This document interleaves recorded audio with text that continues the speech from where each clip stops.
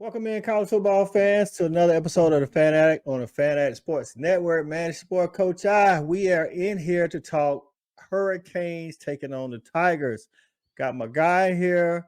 He's always been following the channel and supporting. Now he's about to get off on his own venture and start a channel probably towards the end of the year, beginning of next year. Got my man, Chris Walton. What's going on, Chris? Hey, what's going on, Coach? Thanks for having me in here. It's been a while. We've been trying to get it together, but we're finally here. That's right, man. That's right. We're here. We're here to talk an ACC matchup, man, of two-loss teams. See who's going to come out on top. And listen, man, numerically, neither team is out of the ACC race. So let's talk about it. The fanatic, where we keep it 100, keep it real. That's the only way we know how to be. Talking that sports talk. You know what I'm saying? Straight out of South Carolina, upstate, A64. Yeah, the FANATTIC, the fanatic, where we keep it OG. We talking sports, so I call what. All right, man. So we're in here. Before we get started, if you're new to the channel, hit that thumbs up button, man. We talk college football on the Fan Addict, man. The channel has other shows as well, but here on the Fan Addict, we talk college football. We got 2 live streams a week. One on Tuesdays where we talk all Georgia, and then on Saturday we do a Saturday night snap count where we recap all the days college football, man, with different content creators and just have a good time, man. Also doing previews such as this one. So hit that thumbs up, hit the subscribe, tell people about it, bell notification so you always know when I'm dropping an episode, man. Also, this episode is brought to you by SeatGeek. SeatGeek is sponsoring the Fan Addict, man. That's right. SeatGeek is a ticketing website. It gives you scores on the tickets, whether it's 0 to 10, whether you're getting a good ticket or a bad ticket, so you know not to purchase or to purchase. You use my promo code Fan Addict Sports, get $20 off your first purchase. That's right. It will be in the description as well. So let's jump into it, man. Just a quick recap, man. Miami lost to North Carolina. North Carolina, who I particularly think is one of the best offenses in the nation, and their defense has come a long way, and they exemplified that on Saturday. Clemson was off, getting some much-needed rest, man, and that's going to be good. I think that's going to be good going into Miami. Hopefully they figure some things out offensively and defensively. All right, Miami offense versus Clemson defense, Chris. All right. What you feeling? How you feeling about that defense going against this offense? This offense does have some weapons, Henry Parrish, Don Chaney at running back. You got Xavier Restrepo, I think his name is, Jacoby Green, Jacoby Young. Got some weapons. Yeah, man. So one thing that I've been really enthusiastic about this year has been Clemson's defense overall. One big key coming back is Nate Wiggins. Having a bye really helped us out in that category in the secondary. I believe he is that lockdown guy for us, and if he's 100%, I believe that helps us on the outside tremendously.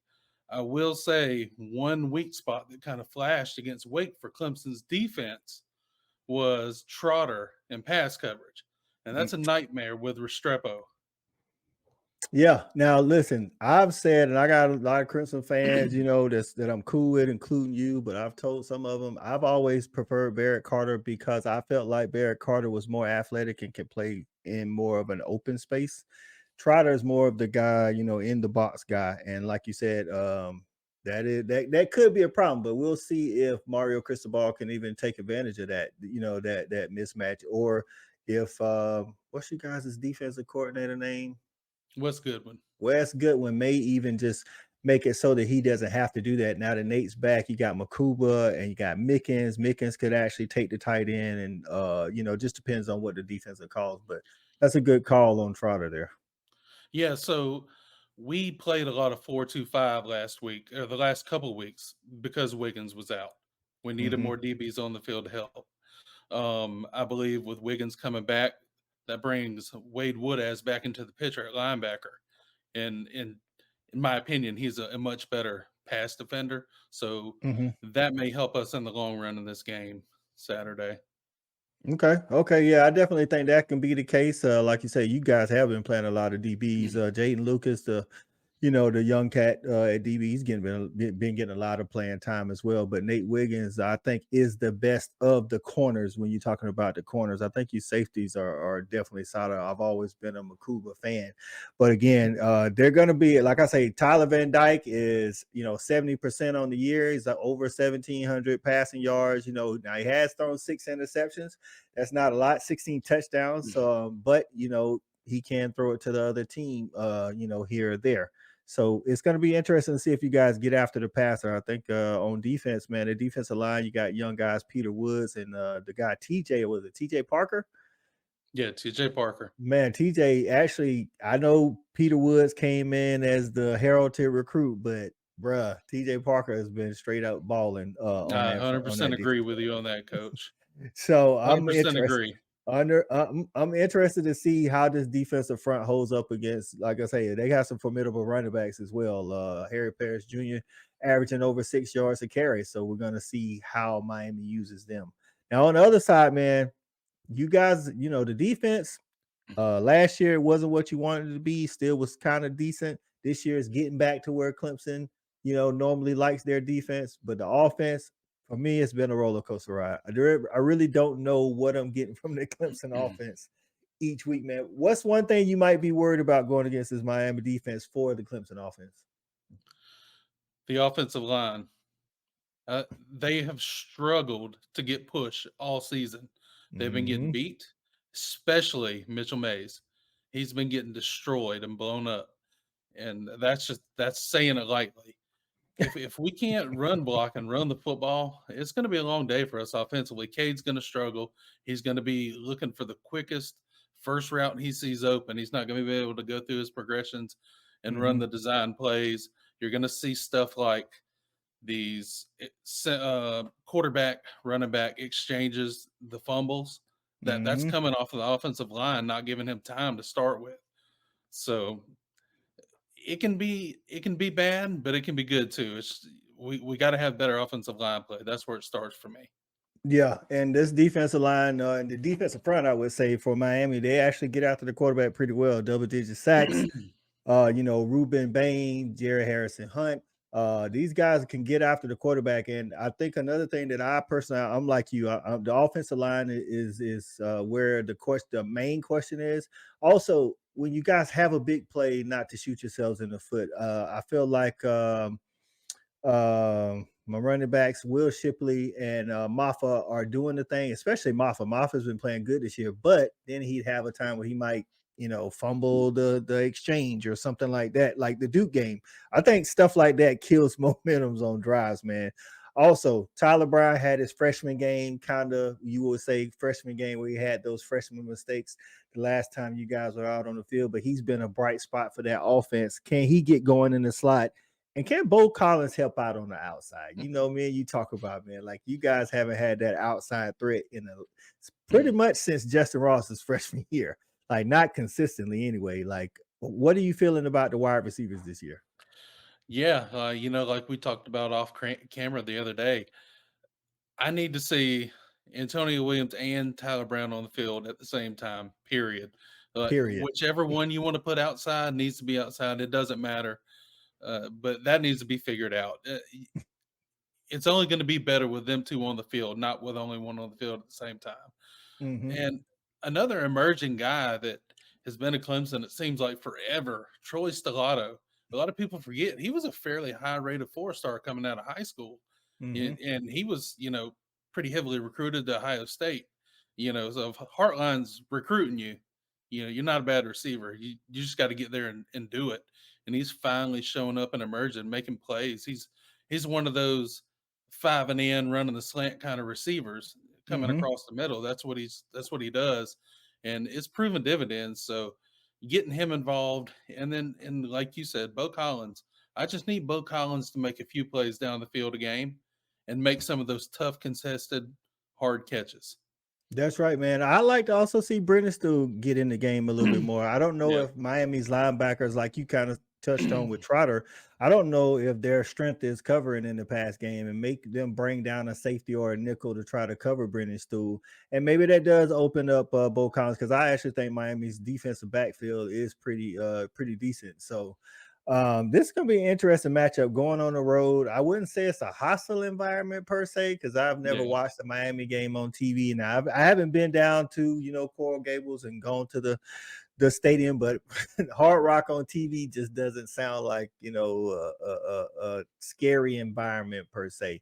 So but it's still on the road, and you have to change up your schedule. You can't take with so many people. You have to leave. I want to say it's like you got 85 at home, or plus the walk-ons, but I think on the road you only get like 70, 73. I know it doesn't sound like much, but sometimes that depth is hurt by that kind of thing. So now for some keys to the game and some predictions, man. Predictions as far as the score. So you guys are a 3.5-point favorite going into Miami. I think that's pretty fitting, especially considering Miami lost to Tech here recently and lost to North Carolina like they did, and considering the history, because I don't know when the last time Miami has beaten Clemson, to be honest with you. I know you guys don't play every year, but I don't really know what that is. I think the key Yeah. for Miami, no turnovers. They can't turn the ball over to you guys, give you short fields, because like we talked about, there's some questions on that Clemson offense. You definitely don't want to help them out and put them in good situation. Like I said, Tyler Van Dyke has 6 interceptions. This Clemson secondary kind of hungry for some turnovers, and they are good at it. So I think that's for Miami. For Clemson, it's the offense. Can you not shoot yourself in the foot when you get inside the 30 and inside the 20? Go ahead and get in there and score the ball. And can Will Shipley keep a level head? Because that dude tends to like freak out when he doesn't get the ball inside the goal to go or something like that. I'm not saying he's wrong for it, because he is pretty good down there, but he's had some temper tantrums this year. So what's your keys to the game? Yeah, so my first key is for Clemson to come out of a bye week and hit the field running. Um, Okay. Historically, Clemson starts very slow the game after a bye week. They need to Mm, come out hitting on all cylinders. And then my second key to the game would be make Miami beat you running the football. Don't let Tyler Van Dyke put the ball in the air to beat you. He's got a big arm, he and does. those receivers can play. Mm-hmm. Make Parrish beat you running the football. And then my third key to the game would be, well, it's kind of third and fourth. Don't turn the ball over. Get back to fundamentals and score when you're in the red zone. We're horrible in the red zone. Play calling goes haywire for us in the red zone. So just capitalize on the opportunities that you get. And at the end of the day, I think it's a very winnable game by Clemson. Yeah, I definitely think the same thing. You're right. Again, that goes the scoring in the red zone kind of goes to my point, shooting yourself in the foot, because again, we can refer back to that Duke game where you guys actually did get it in the red zone, almost down to the 2, the 5, and then you just kind of like blew it up, with handoffs and fumbles and things of that nature. Yeah. You definitely don't want to do that on the road against a good Miami team that can actually score. So it's gonna be interesting to see. All right, man, it's time for some predictions. So you guys are 3.5-point favorites. What's your score prediction? I've got Clemson winning 31-21. Mm, I believe we get a late turnover and we seal the deal somewhere midway fourth quarter to give us a 10-point cushion. So I believe 31-21. That's what I've got. I'm kind of with you as far as who's going to win. I think Clemson is going to win. I think Miami's frame of mind is going to be the question. Another one of those things you want to look out for, because the Georgia Tech loss, that's mentally a heartbreaker. You know what I'm saying?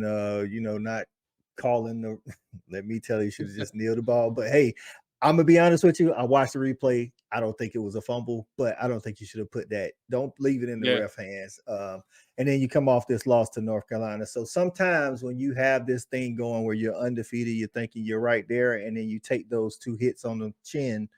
Sometimes you just don't bounce back and you can go to slide. And I think Clemson's going to come off the bye week.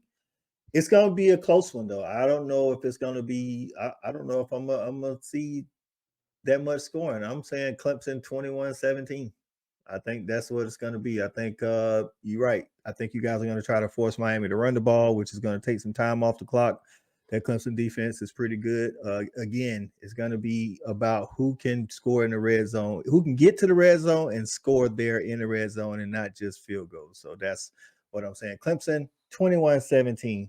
There you have it, Hurricane Tiger fans, man. Get in the comments. Let us know what you don't like, what you like.